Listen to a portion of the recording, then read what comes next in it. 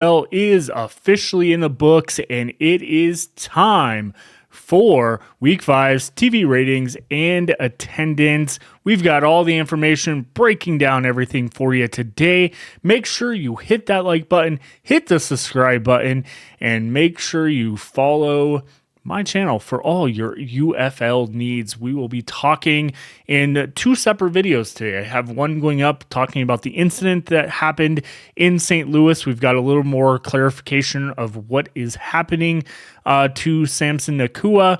And then, of course, we've got a unboxing, or whatever case you want to call it, from Royal Retro that is absolutely going to be awesome. So we'll do that as well in separate videos, but let's go ahead and dive into Week 5 numbers. I will tell you right off the bat, the TV ratings are a little bit of a disappointment due to all the competition that the UFL was going head-to-head with this weekend with the NFL Draft, NBA playoffs, and NHL playoffs as well.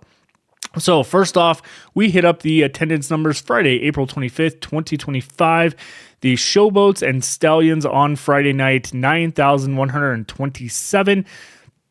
This is a little bit of a drop from the last Stallions game, but again, is still in the realm of kind of where I've talked about this whole Friday night games and attendance for the Stallions. I am curious to see this upcoming weekend in Week 6, the Stallions play at 3 p.m. Central Time on Sunday. So this is their opportunity to show that maybe Friday nights are not the best time for essentially games or like attending games, at least in that market. Then we move on to Saturday, April 26, 2025, the Panthers and Battlehawks, 30,406, which is not actually that bad. It's a little bit of a increase from the last Battlehawks home game by about 400 people, I believe. So not bad at all in that sense. But then we move on to Sunday, April 27, 2025.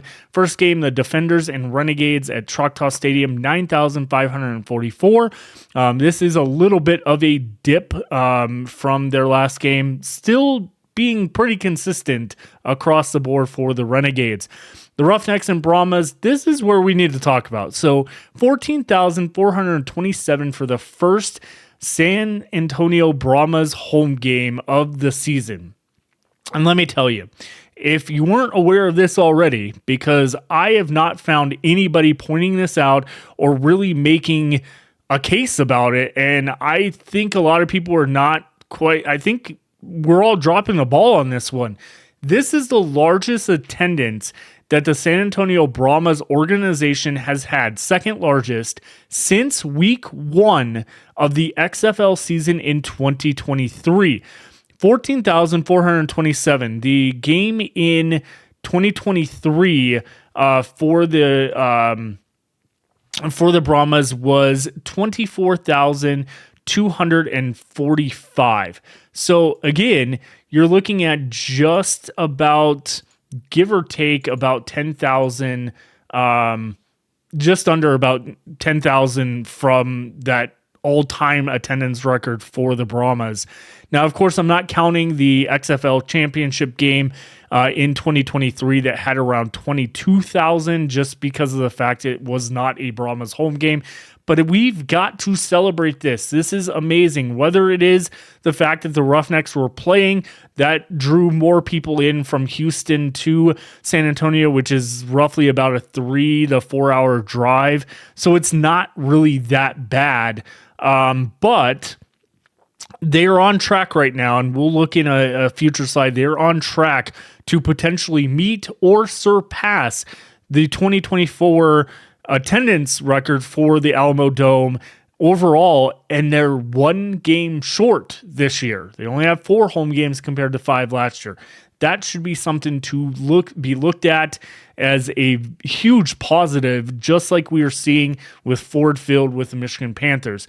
Week 5 totals, though, 63,504, averaging 15,876. UFL 2025 total attendance through 5 weeks, 256,538, averaging 12,827. Now, of course, if you're looking at 2024 through 5 weeks, you can see that the attendance number is slightly higher. I believe from what I've read, it's 0.3% higher than it was last year. I do think when it comes down to it, if St. Louis can secure the home game for the XFL Conference Championship game in June, plus they have the championship game, whether they're in it or not, if they can draw similar numbers to last year's championship game, the attendance overall in the league could potentially be significantly higher overall for the UFL in 2025 compared to 2024, but we'll keep an eye on that. So let's break down to the per stadium, attendance per stadium through 5 weeks. The only thing that changed here are obviously only 4 stadiums. There's Choctaw, Protective, Alamo Dome, and the Dome at America Center. So let's go over there. Choctaw Stadium sitting at 38,854 through 4 home games for through week 5. Compared to last year, they only had 3 at 32,000. Obviously, you can see there's a little bit of a difference in number there that could be causing that overall factor of a little bit of a dip, but we'll keep an eye on that. They have one more home game left. And it'll be interesting to see if they can either meet or exceed expectations of last year's attendance. Then we look at Protective Stadium, 19,253 compared to last year, 19,841. So you're looking at roughly about a 600 person drop per game. Or 600 person drop overall. So not really that bad. They are staying kind of consistent in those numbers. And then, of course, Alamo Dome, 3 games at this point last year at 36,205, 14,427 this year. Again, if that number stays consistent in that range, they will potentially gain over what they got last year in 5 games. And we'll talk about that in the overall averages here in a second. And then, of course, the Dome at America Center, 3 games this year, 2 last year. You can see there that there is a significant drop overall in just the 3 games. If they're on track about 30 per game, even last year they were over 30, they would definitely be way over for that 3rd game or whatnot. So just something to keep an eye on. Not bad overall when we are looking at the averages. The chart on the left, just like last week we talked about, these are the entire season compared to this. So again, the Renegades are on average to nearly be the exact same. It depends on week, I believe it's week 7. They're at home again, facing the Michigan Panthers. So with that game, that could be where essentially we could see the total number either go over the 49,000 or it will be just under, but they are still on track to be very close to that average number from last year, which is great. It's very good news for the Renegades in Choctaw Stadium that they are still on the board for being pretty consistent with last year this year. That's good news. Ford Field, obviously nothing's changed there since last week. Protective Stadium, this is where the number comes into play. So they had 6 games last year. If they can get 6 again this year, overall, they're still on track to being pretty close even to last year. If they get the USFL Conference Championship game again, they could be very, very close to the same number again. Despite the fact that there's been some drop, I think the remaining 3 games at Protective Stadium not being on a Friday night will help them significantly in this scenario. Alamo Dome, again, like I said, if they keep on track to the 14,000 as an average, they will potentially almost come close to that 59,000 from last year in 5 games in just 4, which would be absolutely amazing. TD Stadium, we discussed that last week, no change there. The Dome at America Center, this is where that number gets there. They're averaging just below about 2,000 or just under 2,000 less per game for the Dome at America Center. But again, we are also considering 7 games at the Dome last year that include the championship game they were not in when you look at the overall total for that stadium. So again, this year, if they get the XFL championship game, like I talked about last week, they would have 8 home games total, or 8 games would be played at the Dome at America Center. So that could make the numbers look a lot better. Overall, they'd probably add another maybe 30,000 to potentially 22 in that scenario compared to last year. Now, if the St. Louis Battlehawks make the championship game in St. Louis, I think they will 100% break the spring football record of modern day that they currently hold. I think is just over 40,000. So we'll keep an eye on that one. And then the other 2 stadiums haven't changed at all going on this. But again, if you look at the overall total from 2024 attendance of 580,771, averaging 13,501, they are not that far from it. They're very close to potentially getting that. And again, I still think they will go over the 580,000 if the averages hold up, and depending on where the XFL and I guess you could say even where the USFL conference championship game is, because if it's in Michigan, that could be a huge pointer for the Panthers essentially at that point to bring in more attendance as well. So we'll see. Anyways, moving on to TV ratings for week 5. And again, this is where we kind of see quite a dip this past weekend. So with this being said, obviously last year, this was another week where they shared split games going head to head with the Brahmas Renegades and Stallions Roughnecks at 7 p.m. Eastern time on Fox. Keep in mind, this was right after the draft last year. They did not have a Friday night game going head to head with the draft. They didn't have any game last year going head to head with the draft. The draft, from what I saw, ended just shy of 5 p.m. Eastern time last year on ABC and ESPN. This year, we saw the direct effect of that Friday night game, only getting 467,000 viewers on Friday, April 25th, 2025, with the Showboats and Stallions at 8 p.m. Eastern time on Fox. That's a huge dip. It's almost 200,000 that they dipped from their normal viewership on Friday nights. Now, of course, keep in mind the second night of the draft got the second highest rating it's ever got, with over 7 million viewers. WWE SmackDown airing at the same time as well as the as this game as well, and the draft was at, I believe, 1.7 million viewership.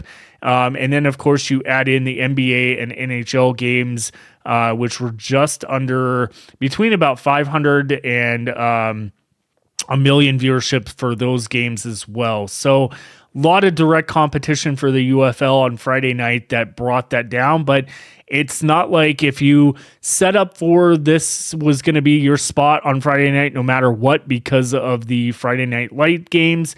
Again, it's sad that these numbers are lower because most all these games were really good. Now, of course, the Roughnecks and Brahmas coming in at 391,000 viewers on Sunday definitely shows the dip. I mean, look how much dropped off from the back-to-back games. 545,000 for the Defenders Renegades, and then that number dropped roughly about 150,000 people. So again, we had good games all weekend. I wish more people got to see them and see what they were missing.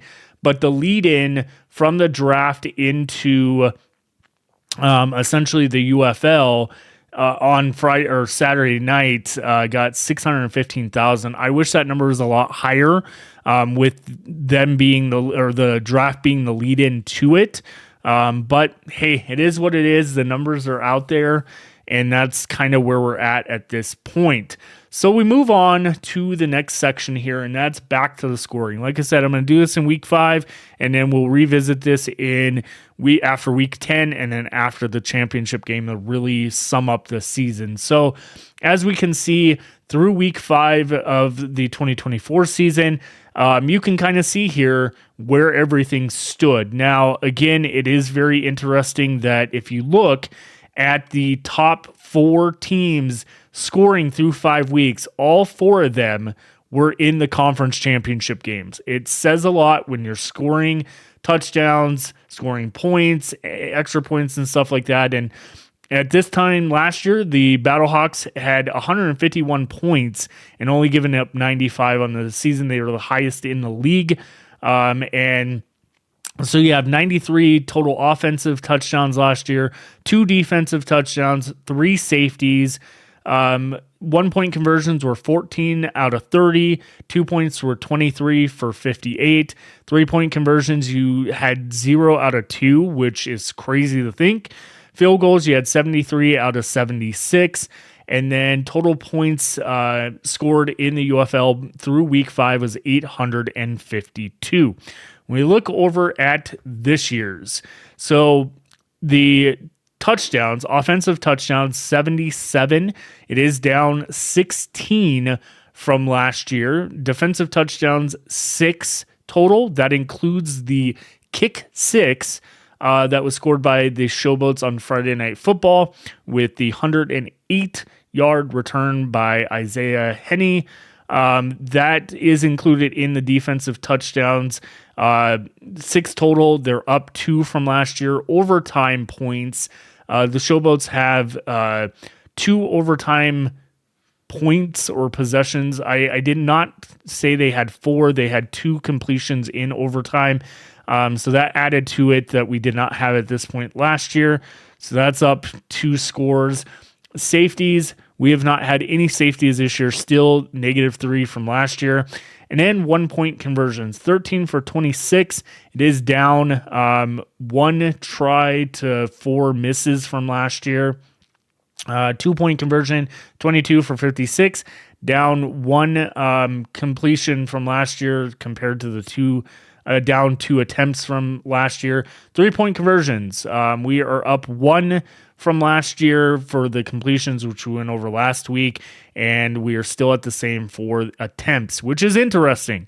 3-point conversions are something just we're not risking in the UFL much at all. I am curious to see the numbers as we go on throughout the year. When we talk at the end of the year, I'm curious to see if 3-point conversions even are worth it. I mean, they are because it's the 9-point difference and whatever, but it is an interesting factor to see that teams are just not going for these. And something else that I have not really seen this year and barely saw last year is the double forward pass. That is not being implemented in offenses either, even though the rule is still there. Going back to the XFL in 2023. It's very interesting to say the least. Actually, going back to, I think, the 2020, they had that too.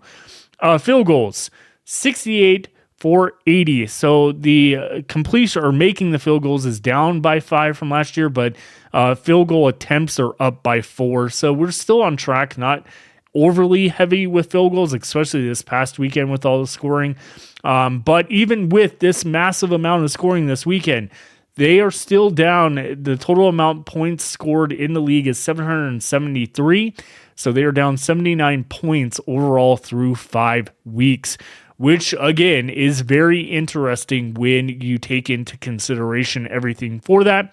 But yeah, stay tuned. I will be posting this video a couple hours later. I will release the video talking about Samson Nakua and the fan. We've got some developing news with that. And then, of course, later tonight, I will be releasing a video of unboxing Royal Retro XFL 2001 jersey and an XFL 2020 jersey. Stay tuned for that. That'll all be uploaded to the channel today. Like I said, you can check out the video that pops up on your screen now talking about this past weekend's games. Let me know in the comments what you also thought. If you've made it all the way through the video and to this point, what you thought about this past weekend's recaps, reviews. Do you like them? They're obviously not going to be done every weekend, but they're here for now. We'll see how many I do, but just want to see your comments on it. And then make sure you hit the subscribe button in the lower right-hand corner if you haven't done so already. Thank you again. Have a wonderful rest of your day, and we'll see you on the flip side.